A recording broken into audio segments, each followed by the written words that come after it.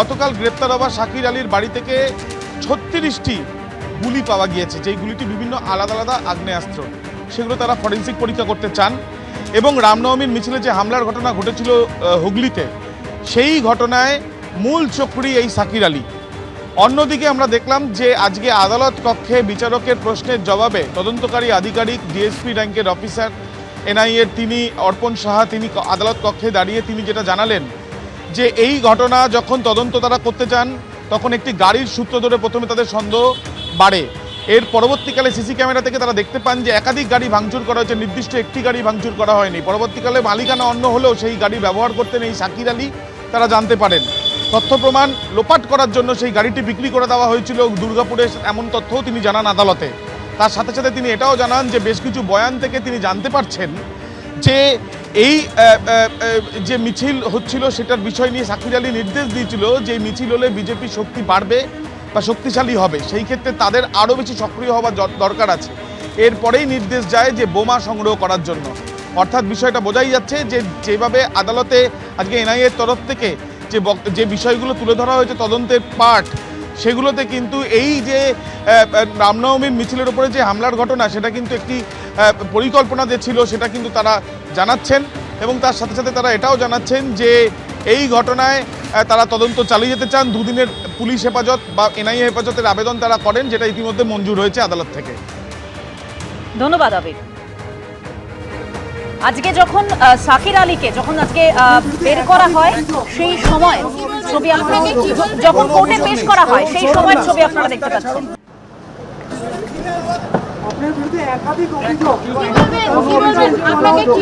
কোনো অভিযোগ নেই, সরুন না, রাস্তাটা ছাড়ুন।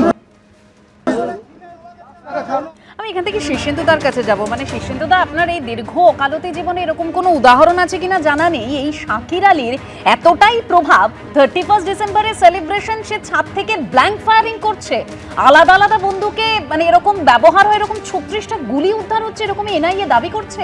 এতেই তো বোঝা যায় যে আইনের শাসন ছিল কি ছিল না। আজকে একটা সেলিব্রেশনে সে লাইসেন্স ছিল, তার কার্তুজ পাওয়া গেছে, এটা আর্মস অ্যাক্টে 7 বছরের পর্যন্ত জেল। সেখানে কি হবে? আজকে কোনো সময় কোনো দিক থেকে কেউ কি এরকম করেছেন? নিজেদের ভাবতে হবে। একজন এমপির হাজব্যান্ড, তিনি নাকি কাউন্সিলর, সেই জায়গা এখানে একটা দাঙ্গা করেছেন রামনবমীতে, সেটার একটা অপরাধ। এবং সেই জায়গাতে আর্মস অ্যাক্টের 25 আজকে লাইসেন্স ছাড়া এবং আর্মস অ্যাক্টের বেআইনিভাবে কার্তুজ এবং গুলি কোনো ঘটনার জন্যে, তাহলে সেখানে 10 বছরের পর্যন্ত যাবজ্জীবন আছে বিএনএসে। সেখানে এগুলো করছেন। আর ওনার ওয়াইফ, যিনি এক্স এমপি ছিলেন, তিনি আজকে শ্রীরামপুর থানায় তার হাজিরা ছিল। গতকাল উনি সরকারি একজন অফিসার, পুলিশ অফিসারের গায়ে হাত দিচ্ছেন। সেখানেও কিন্তু 132 বিএনএসের ধারা, সেই সরকারি কোনো কাজে বাধাদান করা, এবং 121 পুলিশের মতো কোনো সরকারি কর্মীকে তার দায়িত্ব পালন থেকে বিরত রাখতে গেলে তার শাস্তি। এই জায়গায় প্রত্যেকটা অপরাধ করে চলে যাবেন তা তো হয় না, সেগুলো আইনের শাসন নয়। এটাই দেখতে হবে। সব কিন্তু শামস ইকবালের মতো হবে না যে আর্মস অ্যাক্ট থাকবে কিন্তু 8 ঘন্টার মধ্যে জামিন পেয়ে যাবেন। আর রং দেখে পুলিশ কিন্তু সেই শাসন এটা এখন করার কথা নয়। এখন ভালো কি মন্দ এটা দেখলে চলবে না। আমরা জানি প্রত্যেকে সেই জন্য ভোট দিয়েছেন, সেই জন্য আইনের শাসনকে রাখা হয়েছে। সেই জন্যই বলছেন যে অভিন্ন দেওয়ানি বিধি, সবাইয়ের জন্য আইন সমান। তা সেই সবাইয়ের জন্য আইন যেন সমান হয়, তেমনি এখানে বাড়িতে কার্তুজ পাওয়া যাবে, সে লাইসেন্সবিহীন, সে বন্দুক দেখা দেবে। এই রংবিহীন পুলিশ কিন্তু কাজ করতে হবে। এটা বারবার দেখতে হবে সরকারকে। যেটা ভয় আউট, ভরসাহীন, সেই ভরসার জন্য মানুষ কিন্তু ভোট দিয়েছে। সেই মানুষ কিন্তু প্রত্যেককে দেখবে যে শামস ইকবালের মতো লোক জামিন পেয়ে যাবেন আর্মস অ্যাক্ট থাকা সত্ত্বেও, আর এখানে আর্মস অ্যাক্ট থাকবে তাকে তুলে নিয়ে যাবেন। এটা যেন না হয়, প্রত্যেকের যেন এক হয়। প্রত্যেকে আইনের মারফতে অপরাধ যদি করেন সেই অপরাধের যা শাস্তি প্রত্যেককে দিতে হবে। সে কার ঘনিষ্ঠ, তার কার প্রভাবশালী হাত আছে, এটা কিন্তু করা যাবে না। এটা আমরা দেখে এসছি।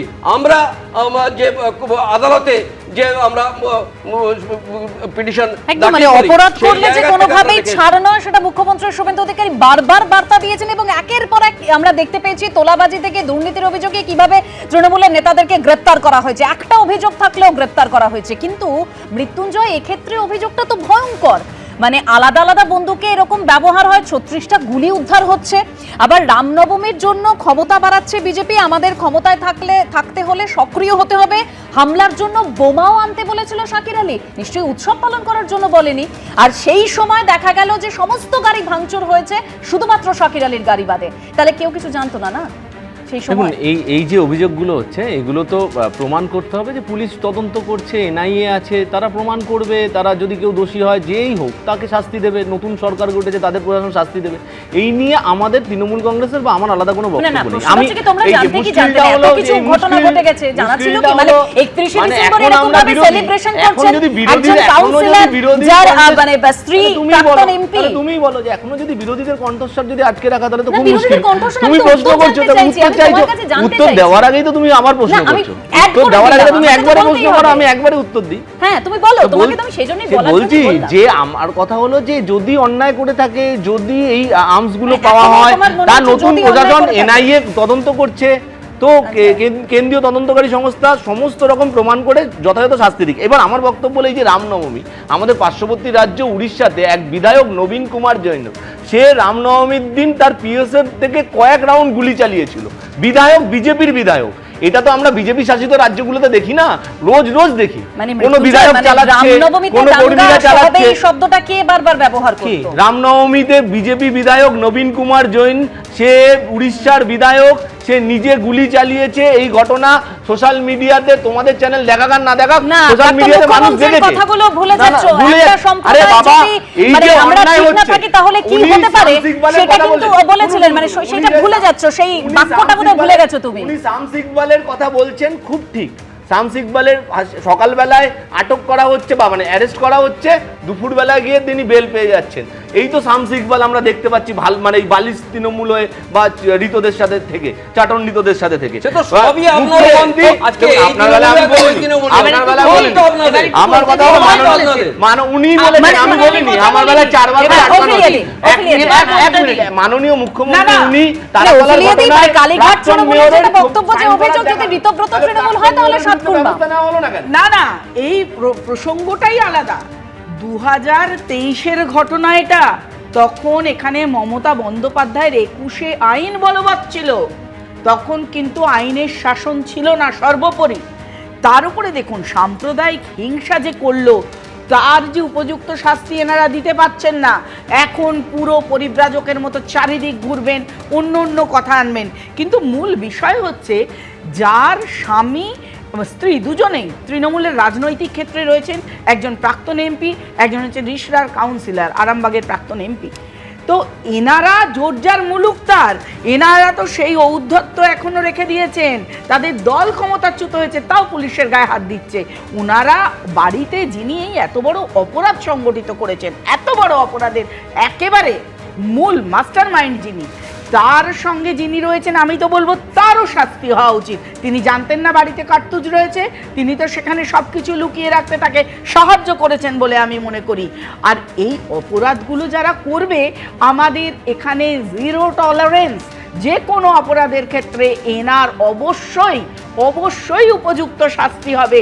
আমি তো বলবো যে একেবারে যেভাবে অপরূপা পোদ্দার পুলিশের ওপর হামলা করলেন, তার কিন্তু শাস্তি হওয়া উচিত। শুধু শামস ইকবাল দুপুরবেলায় 70 লাখ টাকা এক্সটর্শনের কেসে অ্যারেস্ট হবে, আর মানে সকালবেলা অ্যারেস্ট হবে, আর 6 ঘন্টা পরে বেল পেয়ে যাবে। শামস ইকবালের বেলায় কিছু হবে না। মাননীয় মুখ্যমন্ত্রী বিধানসভায় দাঁড়িয়ে তারাতলার মর্মান্তিক ঘটনায় প্রাক্তন মেয়রের সাইন করা ছবি দেখাবে, যে প্রাক্তন মেয়র সাইন, তাহলে আইনের শাসন, এটা আইনের শাসন মানুষ বুঝছে না। পক্ষপাতিত্ব দোষে দুষ্ট ছিলেন না না, আমাদের পক্ষপাতিত্ব না, আপনারা নিরপেক্ষভাবে। আরে বাবা, তৃণমূল খারাপ ছিল বলে তৃণমূল খারাপ ছিল বলে তৃণমূলকে তো সরকার, তৃণমূল সরকার থেকে চলে গেছে, তৃণমূল সরকার থেকে চলে গেছে। আপনারা করে আধ ঘন্টা পর জামিন পেয়ে যায়, এই প্রশ্নটা থাকবে। কিন্তু আজকে এনআইএর তরফেও যেটা বলা হয়েছিল যে প্রাক্তন সরকারের সময় তারা এই মামলার ক্ষেত্রে কোনো রকম সহযোগিতা পাচ্ছিলেন না, কিন্তু সরকার বদল হওয়ার পর তারা সহযোগিতা পাচ্ছেন, একেবারে পূর্ণ সহযোগিতা পাচ্ছেন। কিন্তু যার স্বামীকে গ্রেপ্তার করা হয়েছে, অর্থাৎ তৃণমূলের প্রাক্তন সাংসদ অপরূপা পোদ্দার, গতকাল যখন তার স্বামীকে গ্রেপ্তার করে নিয়ে যাওয়া হয় তখন তিনি এক মহিলা পুলিশ কর্মীর সঙ্গে বচসায় জড়িয়ে পড়েন।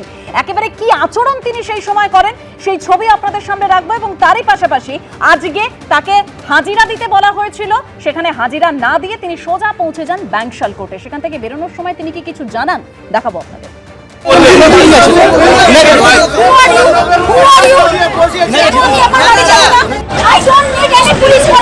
দিদি কি বলবেন? দিদি কি বলবেন? দিদি কি বলবেন? দিদি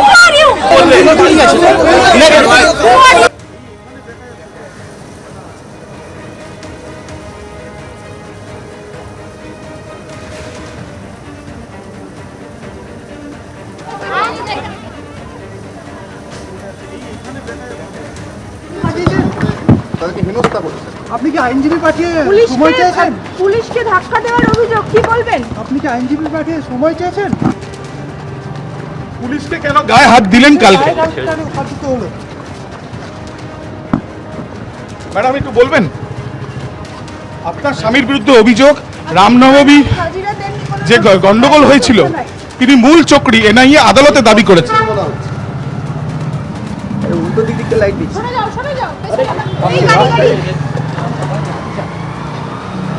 শ্রীরামপুর থানাতে যে আপনাকে যেতে বলা হয়েছে, আপনি কিছু বলবেন সেই বিষয়ে? আপনাকে টাকা হয়েছিল, কি বলবেন? আপনি তো পুরো সময় মানে কালকে বলেছিলেন হু আর ইউ, তবে আজকে যখন তিনি কোর্ট থেকে অর্থাৎ ব্যাংশাল কোর্ট থেকে বেরোচ্ছেন তখন একেবারে স্পিকটি নট। আমি এখান থেকে একটু রবীন্দ্রনাথ বাবুর কাছে যাব। রবীন্দ্রনাথ বাবু, তৃণমূল তো বারবার বলে এসেছে যে আমরা আইনের পথ ধরে চলি, আইনের পথ ধরে যা করার করি। আজকে তিনি হাজিরা তাহলে দিলেন না কেন? সমন তাহলে এড়িয়ে গেলেন কেন? দেখুন, আমার হাতে এই ডকুমেন্টটা আছে যেখানে অপরূপ পিআরএস লেজিসলেটিভ রিসার্চের যে ওয়েবসাইট, সেখানে দেখানো হচ্ছে যে তিনি আফরিন আলী নামে পরিচিত, অর্থাৎ তার দুটো নাম অপরূপা পোদ্দার এবং ব্র্যাকেটে আফরিন আলী। তিনি দুবার শিডিউল কাস্ট রিজার্ভ সিটে সংরক্ষিত আসনে তিনি এমপি হয়েছেন। কি করে হন? এইটাই তো বিজেপি আগে প্রশ্ন তুলেছিল, জিতন মাঝি প্রশ্ন তুলেছিল, কোর্ট কেসের জন্য যাওয়ার কথা হচ্ছিল, কোর্ট কেসে গেছিল। তো এই যদি যিনি এমপি হয়েছিলেন তার যদি পেছনটাই এই রকম থাকে, যে ব্যাকগ্রাউন্ডটা যদি এই ঘটনাটা থাকে, যে যেখানে তার শিডিউল কাস্ট স্টেটাস চলে গেছে বলে দাবি উঠছে, অথচ তিনি আছেন, তাহলে আজকেও তিনি সেই জিনিসটা করবেন। আজকে তিনি এই ঘটনাটা যেটা বলবেন। আমি একটু বিরত করছি, কারণ জোকায় ভারত সেবাশ্রম সংঘের হাসপাতালে মুখ্যমন্ত্রী শুভেন্দু অধিকারী। আমরা দুজনে মিলে প্রতিদিন 30,000 লোককে খাইয়েছি 15 দিন ধরে। তাই মহারাজকে প্রণাম।